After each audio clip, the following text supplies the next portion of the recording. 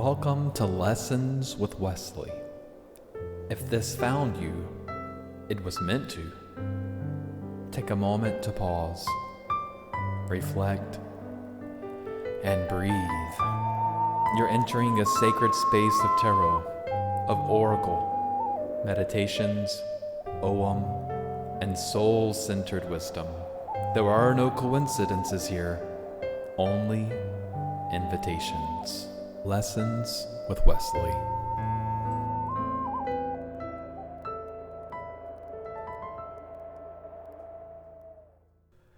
All right, everyone. Hope y'all are doing well this Monday morning, December the 15th. Ooh, December the 15th is a very, very special day. Do you know why? It's my Nathan's birthday. Happy birthday, sweet love. Happy birthday. Okay, welcome to episode 22 of Wintering with the Ancients. This is part 3 of 5. This episode is honoring the 12 nights of Yule. Stand in your light, not because it is easy, but because it is right. Let the old self die well, bury what was false, kindle what is true, and walk forward, not as a shadow of who you were, but as a champion of who you are becoming. Now, you heard some words in there about burning away and champion. Well, that's gonna come up in a little bit when I share what the card pull was from the Celtic Oracle deck. Now, once again, the Celtic Oracle deck that I'm using through this 5-part series, this is by Rosemary Anderson and illustrated by Susan Dorff. And then the Ogham stick, I'll share that with you. And it's perfectly, I love how it tied into the end of Brigid's fire, talking about that fire she brings, burning from the last episode, that spark within you, the old dying away, the new coming up. It's just continuing. But anyway, so welcome to this episode. Hope y'all had a fantastic weekend. We've got one more week of school, and oh my God, I cannot wait. It's going to be great. Okay, have you hung your mistletoe up? Have you hung up your mistletoe? Because guess what? That mistletoe was sacred to the Druids. It's considered a healing plant and a fertility plant. Now, don't be eating those white berries now. You can't do that. It's not just hung in the doorways for kisses, but it's also meant to ward off evil and bring in peace. And I love that warding off evil and bringing in peace part, because that's going to tie into next week's episode when we talk about the wild hunt, Odin and his Valkyries. Mistletoe. Oh, speaking of hanging up a plant, I hang up rosemary on the back door. Rosemary too is meant for protection and warding away evil. So if you got some mistletoe in your yard, go cut it, hang it above your doorway, or put it on the four corners of your house, whatever you want to do. Mistletoe, cut from oak trees, was also meant as a sacred, even more sacred, and was used in ritual practices. So we're going to be talking about the 12 nights of Yule. So a Yule log, it was often oak or birch, and that was carved. They would carve in some runes or like family marks, and they would literally burn it over the 12 nights. So the 12 nights of Yule, or the winter solstice. So that's going to start for us. That's going to start on December the 20th. Man, wouldn't that be amazing? Having a humongous tree, they would just literally roll it, pull it, drag it to the fire. And as it burned down, they would just constantly just keep pushing it through. You know, oh man, that'd be wonderful to be a part of some 12 whole night ritual like that. The ashes, they would keep the ashes, it says, for blessing the land and protecting the home. Okay, so what I'm going to do is talk about the 12 nights. So think about it, and like I said, that starts on December 20th, and so the last night is the 31st. And so each night, you could journal. You could think about it as a journal prompt, or just sitting and meditating as a reflection, an inner reflection. Also, I love it, you could think about it as already scripting what you want and your desires for the future. the protection for the future. So think about each night as tying into one of the months coming up. So that's pretty cool. So welcome, listeners. Welcome to this sacred window between worlds. This, y'all, is a call for ancestral protection, guidance from the higher self, and just listening for those whispers, those moments of where your higher self, your spirit guide, angels, God, whoever you call in, whispering, listening for those whispers, those moments of where they're trying to lead us. And if y'all are already hearing this, guess what? This ether is already starting to hum. So get ready, folks. So December 20th, Mother's Night through the January the 1st. Each night corresponds with, like I said, one of the 12 months of the year.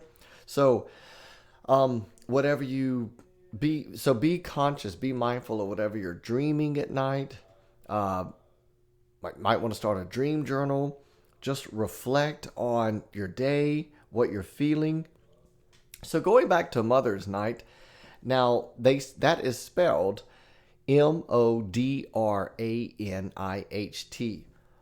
Modranit. Modranit. So this is the festival. It's an Anglo-Saxon festival, and it's also linked to honoring the not just ancestral spirits, but these female ancestral spirits.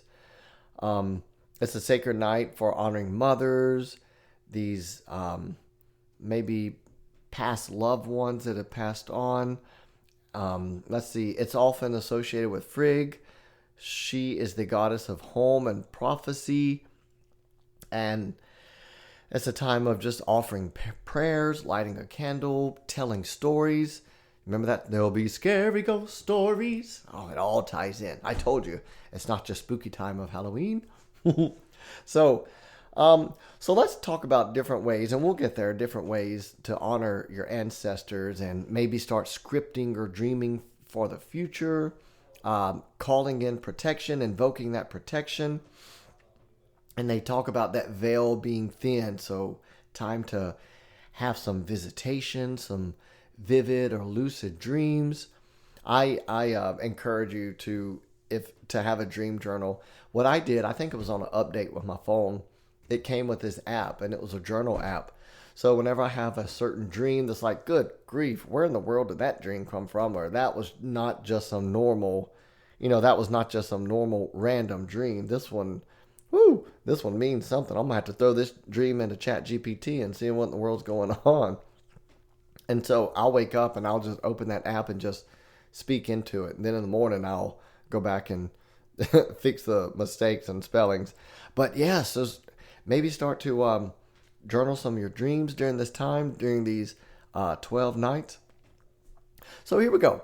So I'm going to talk about different things and writing prompts or themes for the 12 nights coming up. Like I said, if you're already a journaler, great. Continue to journal, or take these prompts. So as you're listening, press pause, maybe write them down in a notebook and use this for like a meditation or just something in the morning when you wake up between starting on December the 20th and through the end of the year. So that's why I wanted to go ahead and talk about this before the next episode comes out.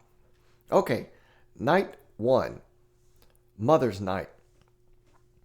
The theme, it says ancestral connection and protection. Journal prompt or a meditative prompt could be, what wisdom or strength lives in my bloodline? Who are the unseen mothers, guides, or spirits that protect me? So maybe you are looking, maybe trying to call in a spirit guide, or do I have a spirit guide, or what is the name? Might be a perfect time. Night 2, Return of the Light. So this is the solstice. Night 1, that's the winter solstice eve. So night 2, on December 21st, this theme could be rebirth or inner light. Some of the writing or meditative prompts. What part of me is ready to be reborn? Oh my gosh, y'all, that ties in perfectly with the OM stick. I can't wait to share it. It's just amazing how it matched.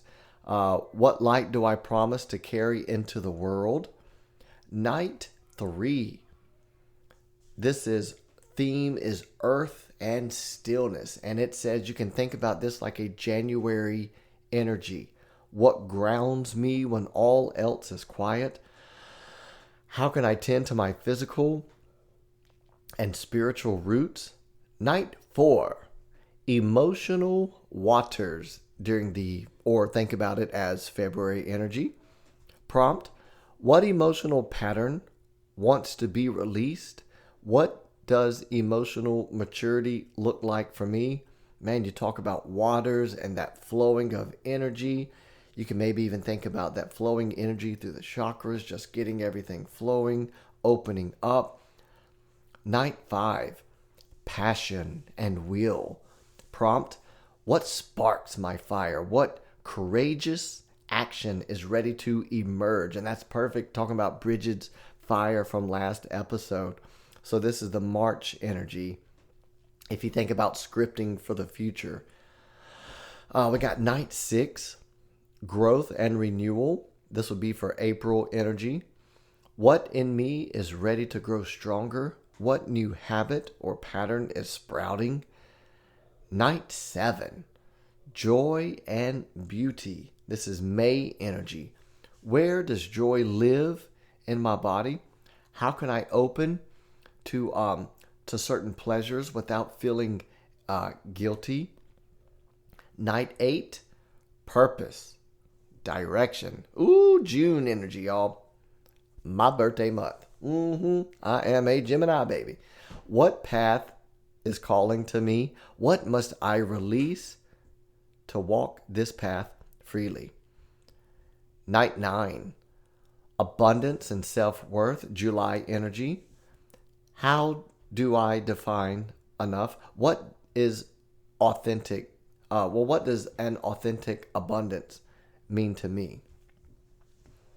Night 10, letting go, August energy. What weight am I ready to put down? What no longer serves this person that I'm becoming? Night 11, voice and vision, September energy.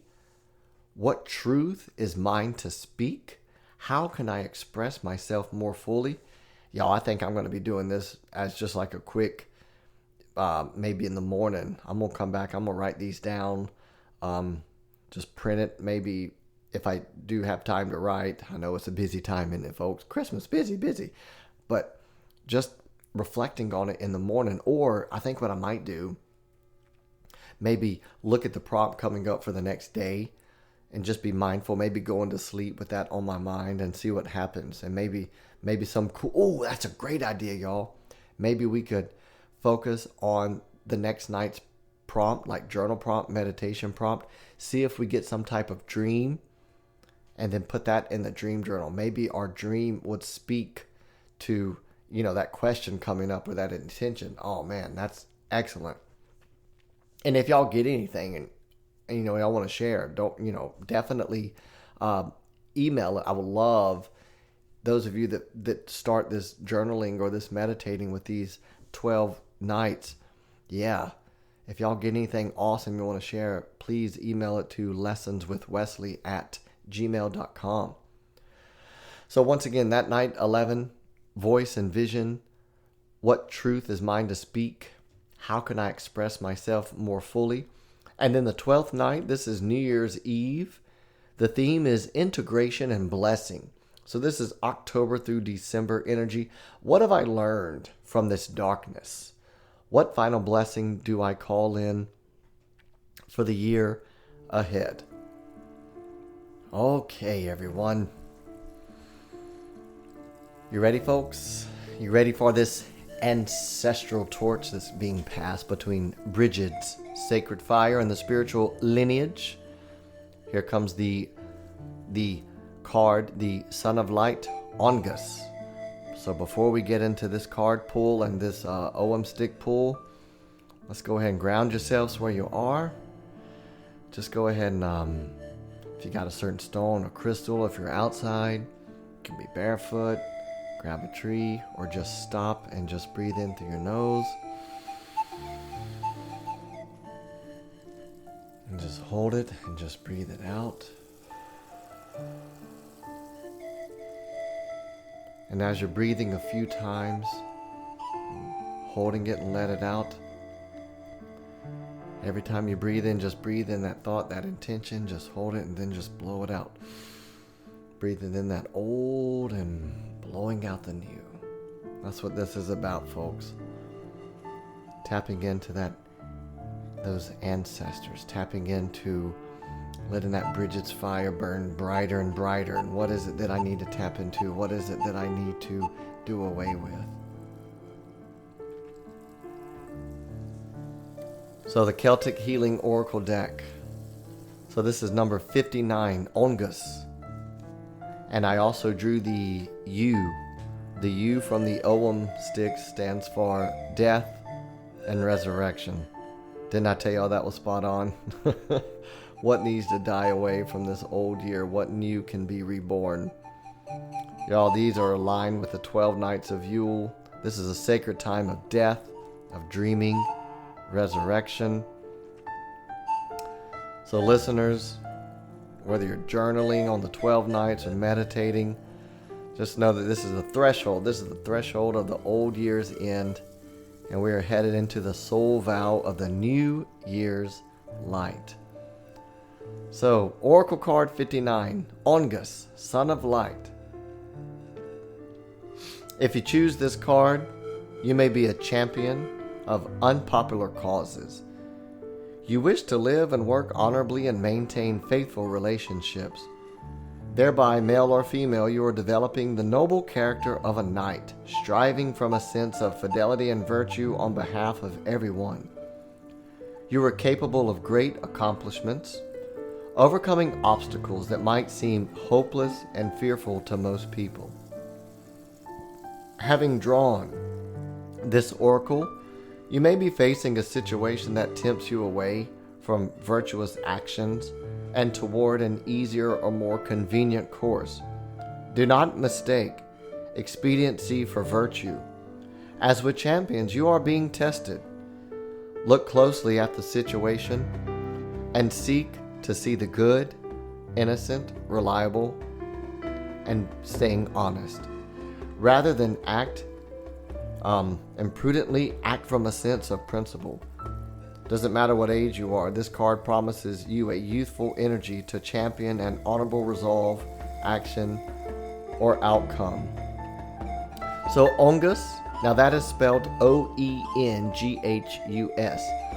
Ongus is the god of youth, love, inspiration, and radiant soul purpose. He's not just sweet though, he is a warrior of integrity. This card says, right now folks, listen to this, you are being asked to walk in truth, not comfort, to carry your light, not just feel it, to remember that being a soul-led person requires practice, not perfection. So when you put that, y'all, into the context of the 12 nights of Yule, this card is a moral, this is an energetic compass, reminding us listeners that the way that the way that we're going through this time, this darkness, this window, this, y'all, right now, whatever we're doing, these intentions, this is setting the tone for the coming year. This is a time of soul accounting, not judgment, but honesty.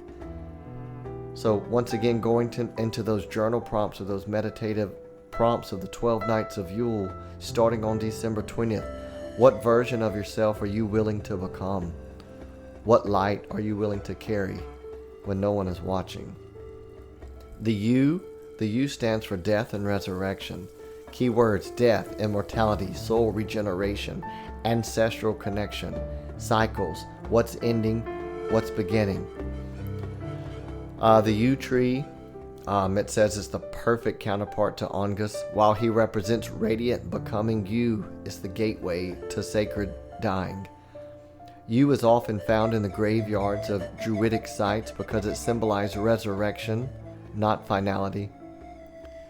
This Ogham stick pull, it's a call once again to our ancestral realm. This tree, it's the root system to our lineage, calling us to listen. It teaches us that something must end in order for there to be a beginning, a clarity. I mentioned earlier that the next episode coming up is going to be about the wild hunt. Well, it's kind of cool. The U, it's the wild hunt's tree. Isn't that awesome? I mean, it's just, I love how that tied in. It invites this listener to lay down what cannot come forward into the new year. Do not fear the darkness, but let's enter it with intention. So, Mother's Night, starting on December 20th.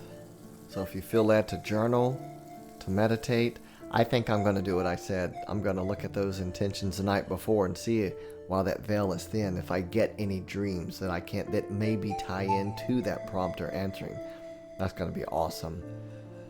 August calling forth our integrity as the sun begins its return, as we get closer to the summer solstice on our way there. Reminding us of the Yule, death, resurrection. Death is not the end, but resurrection. Our ancestors have not, yes, they might not be here in the physical form, but we can still learn they are still around. What soul vow am I preparing to make at the birth of the year? All right, folks. August, son of light, walk with me through the dark. Let me carry truth like flame. Let me walk in honor, not ease.